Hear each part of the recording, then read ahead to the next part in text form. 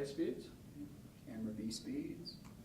Okay, so Dr. Shah, I would ask you just to introduce yourself and clap once in front of your face like this, if you don't mind. And introduce yourself, please. I am Sudhir Shah.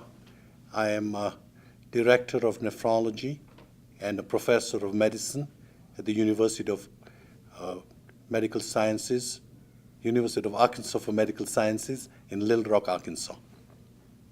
Thank you. And then remember, we're just going to incorporate the question into the answer. And Okay. Dr. Shah, what is chronic kidney disease? Chronic kidney disease, as the name implies, is chronic, which means is long-term structural or functional changes. The long-term here refers to more than 3 months, which result either in the leakage of protein in the urine or accumulation of waste products that are normally excreted by the kidney.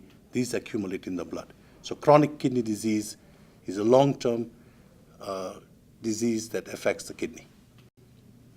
And how do you detect chronic kidney disease? There are actually very simple tests that detect chronic kidney disease. I refer to the leakage of protein. So there is a simple test that can detect the presence of protein in the urine. It's a dipstick as well as other tests. And the second test is a blood test, serum creatinine. These are very routine, regular tests run by every laboratory in the country. And why is chronic kidney disease important? Now, chronic kidney disease is important for several reasons. The first point I want to make is that it is very common. 1 in 9 adults in the United States have chronic kidney disease.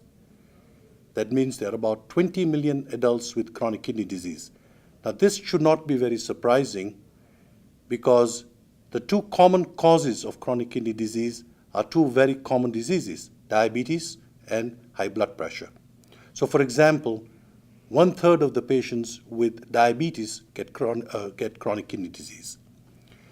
The second important point about chronic kidney disease is that it is progressive in nature. What I mean by that is that once you get some degree of kidney dysfunction, you continue to lose kidney function until you reach what is referred to as end-stage kidney disease, advanced renal failure, which requires either the kidney machine, the dialysis machine, or transplantation to sustain life.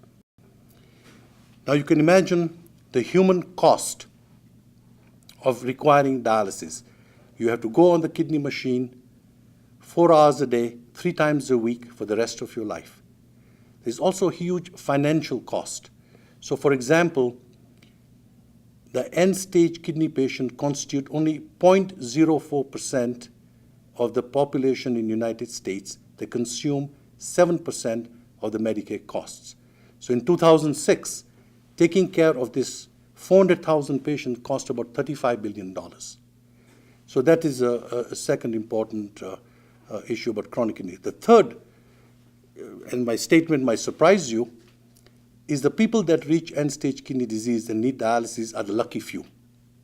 And the reason I say that, I mentioned that there are 20 million Americans with chronic kidney disease. It tends to progress, and yet there are only 400,000 patients with end-stage kidney disease. Why is that? Because patients with kidney disease die early. There is now lots of data, including one published in the prestigious New England Journal of Medicine, with a survey of 1 million patients, which basically shows that if you've got mild degree of kidney dysfunction, you double the risk of having a cardiovascular event, having a heart attack. If you've got moderate degree of renal failure, your risk increases 4 to 5 times. If you've got advanced renal failure, the risk for cardiovascular event is about 10 to 15 times higher. In other words, we now recognize that any form of chronic kidney disease is an important risk factor for heart attacks and other cardiovascular events. So most people in the community know that if you have high cholesterol is bad for you. I don't think most people know that if you have any degree of kidney disease, it's very bad for your heart as well. And what is the current treatment for chronic kidney disease? Unfortunately, we have no good treatments. The only treatment available today is the use of blood pressure lowering medications, including drugs that are known as ACE inhibitors or ARBs. And despite the use of these drugs, we know that we have a large number of patients that continue to progress with kidney disease, that continue to need dialysis. So at the moment, in nephrology, one of the greatest unmet needs are drugs to halt progression of kidney disease and the associated complications like the cardiovascular complications. What is catalytic iron? So I mentioned there is no new treatment that is available, and this is where I think the technology that CoreMedics has comes into play. They really have innovative ways of how to halt progression of kidney disease. And this relates to the role of iron in cell biology. Now, you probably know that iron is a very abundant metal, is responsible for the magnetic force in part. It's also abundant in human body. So the commonest transitional metal that we have is iron, and we have about 4 to 5 grams of iron. This is very, very critical for many of the biological processes. So for example, your oxygen that's delivered to the rest of the body there's an iron binding site in hemoglobin, oxygen binding site in hemoglobin. But the same property that is responsible for cell biology, where iron shuttles between two forms, the ferric and the ferrous iron, when it is present in excess, can be very, very harmful.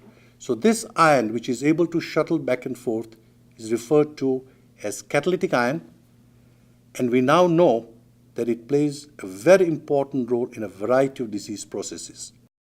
So the evidence for iron playing a role in disease processes is twofold. One, it's been shown that is increased, the level of this catalytic iron is increased, and second, if you're able to trap this iron, you're able to prevent the disease process. So if you now talk about kidney disease, or chronic kidney disease, we have two general forms of chronic kidney disease. One which affects the filtering unit, which is manifested by the presence of protein. Second, which affects the reabsorptive unit. And in both these forms of kidney disease, there is very good evidence that catalytic iron is very important. Do you want me to just go on and talk? Because I know that's... You answered the last 3 questions. So I can... Do we want to cut camera for a second? For a second, Yeah. Camera A speeds, Camera B speeds. and just give me one more clap right in front of your face. And this is Dr. SHAH, take 2. What is the evidence that catalytic iron plays a role in disease? There is really fairly overwhelming evidence that catalytic iron, or sometimes referred to also labile iron, plays a role in disease. And there are 2 lines of evidence. One, that catalytic iron is increased in a particular disease process. And 2, if you get rid of this, if you trap this excess catalytic iron, it prevents the disease process. So this dual type of evidence has been found in acute kidney injury, in chronic kidney injury, in heart attack, in a variety of cardiac disease, as well as some neurological disorders. What is the evidence for catalytic iron's role in chronic kidney disease? There is a lot of evidence for the role of catalytic iron in chronic kidney disease.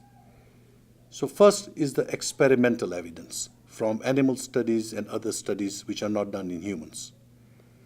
Now we have 2 forms of chronic kidney disease, one which affects the filtering unit, which is called the glomerulus, Second is the reabsorptive unit, which is the tubular region. And the experimental evidence in models of diabetes, in other models of diseases that affect the filtering unit, as well as injury to the tubular region.